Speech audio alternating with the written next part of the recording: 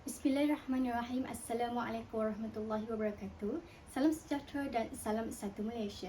Saya Nur Izzatul Husna binti Ismail. Allah Subhanahu Wa Taala berfirman dalam surah Al-Qalam ayat yang keempat, A'udzubillahi minasyaitonirrajim. Wa innaka la'ala khuluqin azim, dan bahawa sesungguhnya engkau mempunyai akhlak yang amat mulia. Berdasarkan ayat tema ini, kami bawakan kepada anda forum perdana yang akan membincangkan tentang faktor-faktor pembentukan etika dan peradaban dalam masyarakat pelbagai etnik di Malaysia. Saudara-saudari sekalian, etika dan adab merupakan salah satu perkara penting yang perlu diterapkan oleh setiap manusia. Hal ini merangkumi semua aspek akhlak yang merangkumi setiap lapisan umur, bangsa, etnik, agama dan negara. Perjalanan dan pergerakan idea etika dan peradaban dunia ini telah mula berlaku sejak sebelum kurun ketiga lagi, di mana pada ketika itu kepercayaan animisme dilakukan, manakala setiap ilmu etika dan peradaban ini mempunyai pemikiran dan perspektif yang tersendiri oleh setiap tokoh-tokoh pemikir dan agama yang berbeza. Malaysia sememangnya terkenal dengan kepelbagaian kaum dan ini dapat dilihat dengan pelbagai aspek. Jadi tujuan forum ini adalah untuk mengeratkan hubungan silaturahim antara masyarakat pelbagai kaum bagi membentuk etika dan peradaban dalam masyarakat etnik di negara kita ini. Dan juga cara-cara penyelesaian yang dapat digunakan akan dirungkaikan di dalam forum ini. Dan sememangnya saya tidak keseorangan di sini. Saya bertemankan sahabat perjuangan saya, iaitu saudara Muhammad Haziq bin Anwar sebagai panel pertama. Dan juga dua bintang ilmuwan yang bersama saya, iaitu saudara Nur Izzat Hakim bin Nur Azam sebagai ahli panel yang kedua, manakala saudara Muhammad Hakimi Azra'i bin Mahzir sebagai panel yang ketiga. Para hadirin sekalian, saya akan mulakan perbincangan kita pada hari ini dengan soalan pertama kepada saudara Muhammad Haziq sebagai pembuka kepada topik kita pada hari ini. Jadi, apakah kajian-kajian terdahulu yang telah pun merungkai faktor-faktor pembentukan etika dan peradaban dalam masyarakat pelbagai etnik di Malaysia ini? Ya, sudah pasti ramai para ilmuwan yang telah pun mengkaji pergerakan rakyat Malaysia dalam membentuk akhlak mereka masing-masing. Silakan saudara. Bismillahirrahmanirrahim. Terima kasih saya ucapkan kepada saudari Nur Izzatul Husna atas pertanyaan yang amat bernas sebentar tadi. Jadi hadirin yang dihormati sekalian, izinkan saya memperkenalkan diri saya terlebih dahulu. Nama saya Muhammad Haziq bin Anwar. Jadi saya akan menguraikan ataupun merungkai persoalan-persoalan yang dikemukakan sebentar tadi mengenai apakah faktor-faktor yang membentuk peradaban dan etika. Jadi saya membuat 5 dapatan kajian dan perbincangan untuk merungkai persoalan tersebut. Jadi yang pertama ialah kajian yang ditelalkan oleh Saravanan. Beliau menyatakan bahawa faktor pembentukan etika individu dapat mempengaruhi masyarakat. Beliau mengkelaskan dan memfaktorkan perkelasan tersebut. Faktor-faktor yang mempengaruhi individu yang membentuk etika dalam masyarakat ialah pengaruh keluarga, pengaruh masyarakat dan juga faktor moral dan faktor lain-lain. Seterusnya dapatan kajian yang kedua kepada Muhammad Khairul Nizam Jinsani, Humanan Eswarin dan juga Sulaiman Syakib Muhammad Noor. Mereka mengatakan dan mendapati bahawa pembentukan budaya dan adab dipengaruhi oleh media sosial.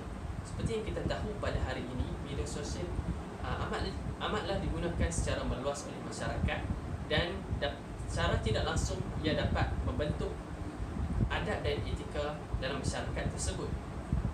Jadi, masyarakat menggunakan media sosial tersebut sama ada secara baik ataupun secara sebaliknya dapat membentuk etika dan peradaban dalam setiap masyarakat.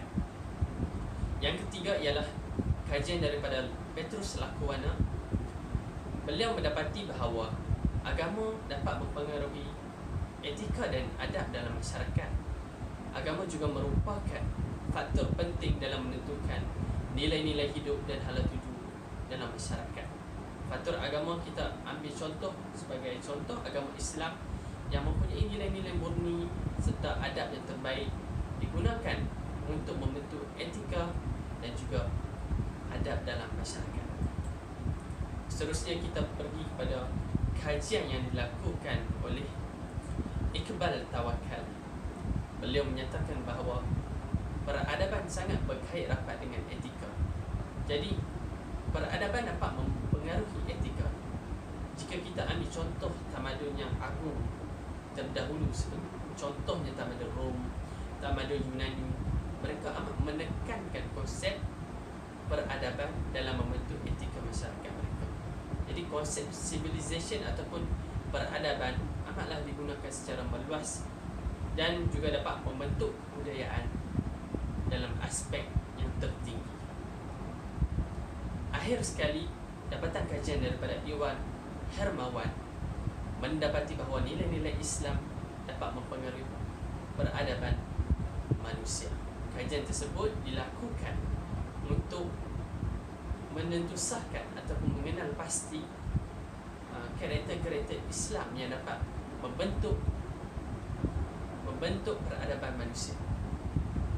Sebagai contoh, kita ambil sifat-sifat mahmudah ataupun sifat-sifat yang terbaik dilakukan dan diamalkan oleh agama Islam, iaitu nilai-nilai Islam, menunaikan solat dan sebagainya. Jadi hal ini dapat mempengaruhi etika dan adab serta cara masyarakat tersebut beradab dalam sesuatu masyarakat. Saya harap apa yang saya bincangkan dapat menyelesaikan segala persoalan yang merungkai dalam minda dan fikiran para hadirin sekalian. Terima kasih di atas perkongsian itu tadi. Baiklah, kita teruskan dengan soalan kepada ahli panel kedua. Apakah perbincangan yang dapat saudara rungkaikan berdasarkan kajian yang dilakukan sebelum ini? Silakan saudara.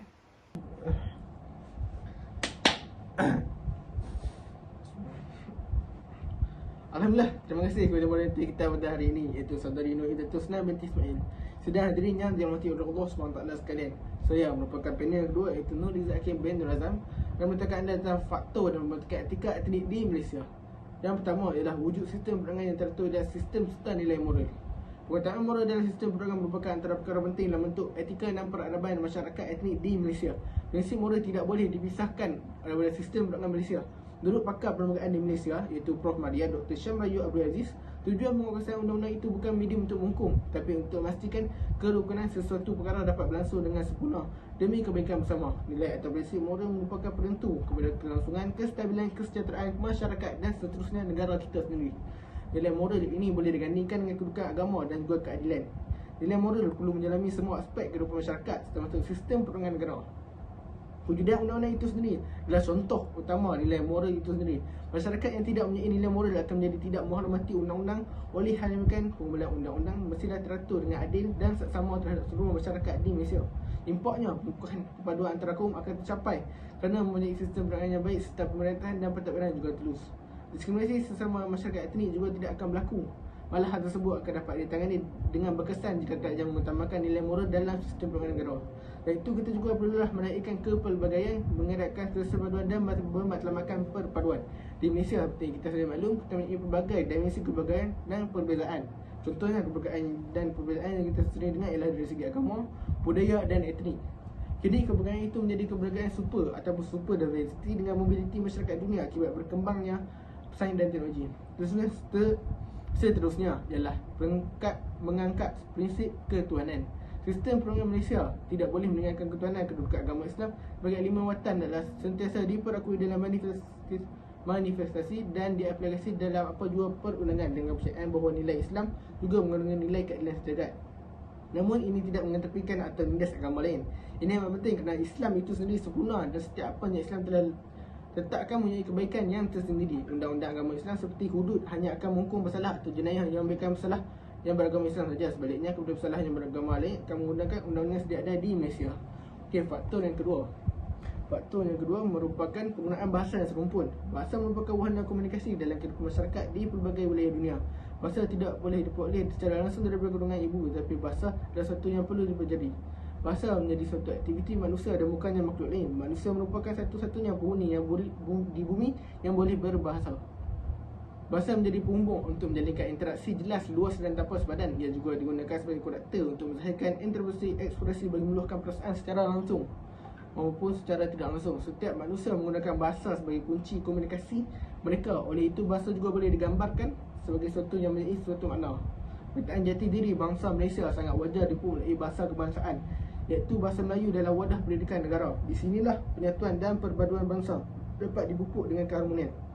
Pada tahun 2003, iaitu kerajaan telah mengumumkan pelaksanaan pengajaran dan pembelajaran sains di matematik PPSMI di sekolah menengah dan kebangsaan di seluruh Malaysia.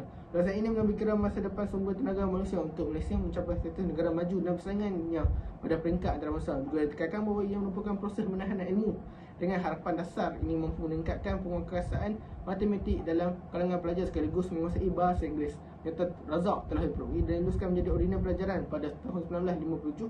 Ordinal ini mewajibkan semua jenis sekolah menggunakan sekretar pelajaran yang sama.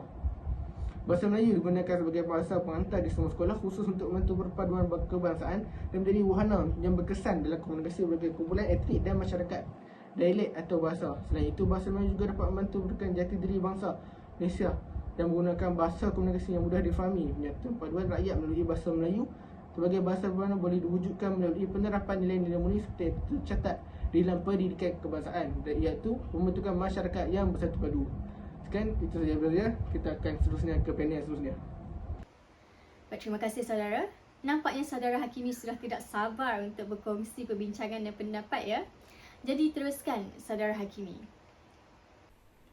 Terima kasih kepada saudari moderator iaitu Nur Izzatul Husna binti Ismail. Assalamualaikum warahmatullahi wabarakatuh pada para hadirin sekalian. Saya ialah ahli panel yang ketiga iaitu Muhammad Hakimi Azra'i bin Mahzir. Saya akan menyambung perbincangan ini dengan menyatakan faktor ketiga dan keempat. Faktor yang ketiga ialah wujudnya kerajaan bercampur yang terdiri daripada pelbagai kaum. Sebenarnya, kerajaan bercampur terdiri daripada pelbagai kaum ialah satu sistem di mana terdapat wakil rakyat yang terdiri daripada pelbagai kaum, iaitu golongan legislatif di mana mempunyai kuasa-kuasa besar untuk menggubal undang-undang dalam negara. Mereka dapat membentuk perikatan antara rakyat-rakyat pelbagai kaum dalam parti-parti politik tersebut. Sebagaimana yang kita dapat lihat pada masa kini, terdapat parti-parti seperti ini iaitu UMNO, MCA dan MIC. Dengan kewujudan ini, kestabilan politik dapat diwujudkan dan persefahaman antara kaum-kaum juga dapat ditingkatkan. Pergaduhan juga dapat dielakkan dalam perpaduan antara masyarakat etnik dan hal ini dapat mengelakkan perpaduan daripada roboh. Hal ini juga dapat diungkapkan dengan peribahasa bersatu teguh, bercerai roboh. Seterusnya saya akan menyambung dengan faktor yang keempat iaitu saling menghormati antara kaum, saling menghormati agama dalam kaum masyarakat etnik. Pertama sekali, hadirin-hadirin yang dihormati sekalian, agama merupakan satu perkara yang amat sensitif dalam hidup kita. Kepelbagaian kaum dan masyarakat etnik di Malaysia sememangnya mempunyai agama-agama masing-masing. Sebagai rakyat Malaysia yang prihatin, kita wajarlah menghormati agama-agama mereka. Menurut statistik yang dikeluarkan pada 2017 oleh Jabatan Perangkaan Malaysia, terdapat 61.3% penganut agama Islam di Malaysia, diikuti juga oleh penganut Buddha 19.8%, penganut Kristian iaitu 9.2% dan akhir sekali Hindu dengan 6.3%. Terdapat juga kelompok-kelompok minoriti yang terdiri daripada agama-agama tradisi di Malaysia. Sebenarnya, jika kita menghormati agama-agama ini, perkara-perkara yang baik dapat kita pelajari seperti berinteraksi dengan positif dengan masyarakat etnik yang lain. Hal ini amat penting untuk mewujudkan suasana harmoni dalam negara dan dapat mewujudkan perpaduan antara pelbagai kaum seperti bangsa Melayu berkawan dengan bangsa India tanpa bergaduh, bangsa Cina juga berbaik dengan bangsa Buddha tanpa bergaduh. Secara keseluruhannya, menghormati agama ini merupakan satu perkara yang perlu dititik beratkan kerana jika perkara ini tidak dipandang tinggi, ia akan membawa kepada import yang negatif berlaku dalam negara dan dapat mendorong Malaysia kepada perpecahan dalam kaum.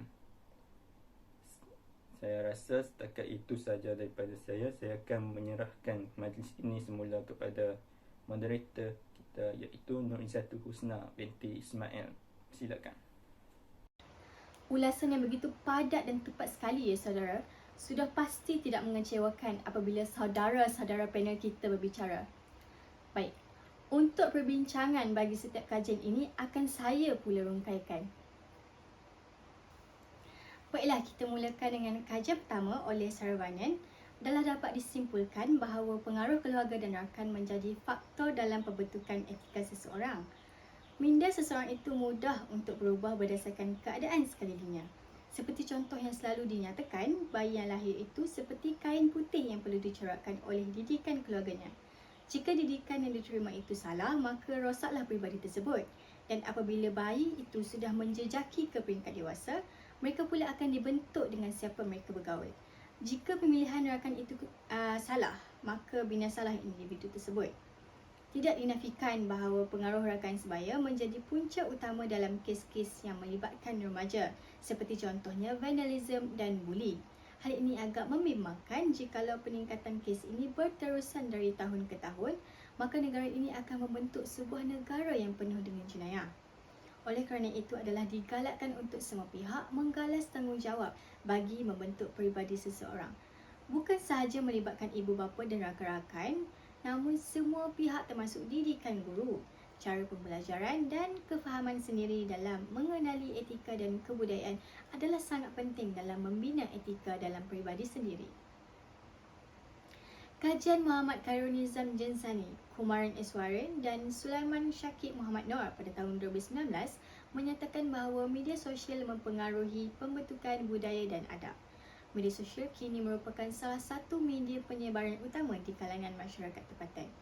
Di Malaysia, segala bentuk penyebaran dari segi agama, politik dan juga menjadi keutamaan sekarang, iaitu content marketing telah membawa satu peluang kepada seluruh rakyat Malaysia untuk menjadi seorang content creator, iaitu seseorang yang bertanggungjawab dalam menyampaikan informasi kepada orang lain melalui sosial media.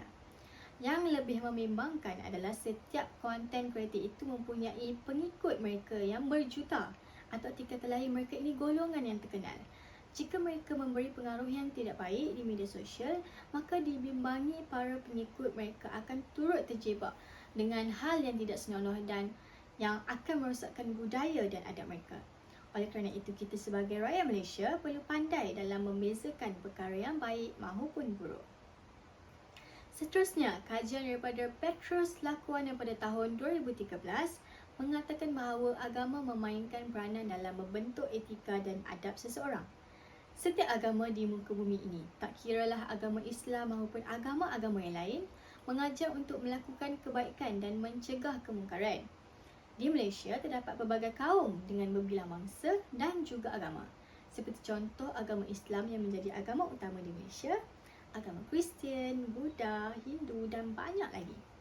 Di Malaysia, setiap murid di peringkat sekolah akan mengambil subjek pendidikan Islam bagi murid yang beragama Islam dan juga pendidikan moral bagi murid yang bukan beragama Islam. Dan melalui didikan sebegini di sekolah murid secara automatik akan belajar mengenai nilai-nilai positif yang mampu menguatkan dan memperkasakan etika dan peradaban dalam diri mereka. Oleh hal yang demikian, seseorang individu perlu mempunyai peribadi dan pegangan agama yang kukuh supaya kita tidak mudah terpesong dengan ancaman minda yang kini berlaku pada era moden ini. Kajian yang dilakukan oleh Iqbal Tawakal pada tahun 2018 menunjukkan bahawa pembentukan etika berkait rapat dengan peradaban. Sesebuah masyarakat di sesuatu tempat perlu mempunyai sistem peradaban mereka sendiri. Seperti di Malaysia, peradaban majmuk yang merupakan gabungan daripada beberapa peradaban besar global bermula semenjak kemerdekaan 1957 melalui usaha mewujudkan negara bangsa. Perkara tersebut merupakan sistem dan tahap perkembangan sesuatu bangsa, kemajuan sosial dan kebudayaan sesuatu bangsa. Nilai-nilai etika dan moral yang harus ada dan diamalkan oleh setiap rakyat dalam sesebuah negara dan pelanggaran terhadap nilai etika dan moral berkaitan akan berhadapan dengan tindakan undang-undang yang berkaitan dalam negara berkenaan. Keperluan dan kepentingan etika negara ini dapat dilihat di negara sedang membangun ataupun negara maju sebagai indikator ataupun petunjuk kepada kematangan rakyat negara berkenaan dalam menguruskan kehidupan seharian daripada peringkat rakyat bawahan maupun pemimpin atasan. Dan akhir sekali, dapatan kajian daripada Iwan Hermawan pada tahun 2019 menunjukkan bahawa nilai-nilai Islam mempengaruhi peradaban manusia. Selepas kedatangan agama Islam yang dibawa oleh Nabi Muhammad SAW, konsep etika ini ditemui dalam pengertian akhlak, iaitu dalam bahasa Arab ialah khuluqun, budi pekerti, tabiat ataupun tingkah laku. Etika atau akhlak ini ialah tingkah laku manusia yang menggambarkan sifat dan budi pekerti mereka dalam melakukan sesuatu perkara dan sentiasa berasaskan kepada ajaran Islam berdasarkan Al-Quran dan Hadis. Konsep akhlak ini berteraskan kepada 3 prinsip utama, iaitu fitrah, keadaan semula jadi seseorang individu, tabiat, tingkah laku yang berulang-ulang sehingga menjadi sikap seseorang individu, dan juga amalan, perbuatan yang dilakukan oleh seseorang individu dan menjadi kebiasaan. Dan saya rasa setakat ini saja daripada saya. Terima kasih. Jadi sebagai kesimpulan, jelaslah bahawa setiap masyarakat yang mempunyai perbezaan budaya, adat, resam serta agama dapat menjalinkan hubungan silaturahim dengan erat jika semua rakyat di Malaysia mengambil berat tentang perpaduan kaum dan keharmonian negara. Demi membentuk etika dan peradaban dalam masyarakat etnik di Malaysia, kita wajarlah menanam nilai moral dalam diri kita supaya dapat mengenal pasti perkara-perkara baik dan buruk dalam kehidupan kita. Saya ucapkan terima kasih kepada ahli panel kita pada hari ini di atas perkongsian yang sangat bermanfaat. Semoga kita bertemu lagi di masa akan datang. Saya Nur Izzatul Husna. Assalamualaikum warahmatullahi wabarakatuh.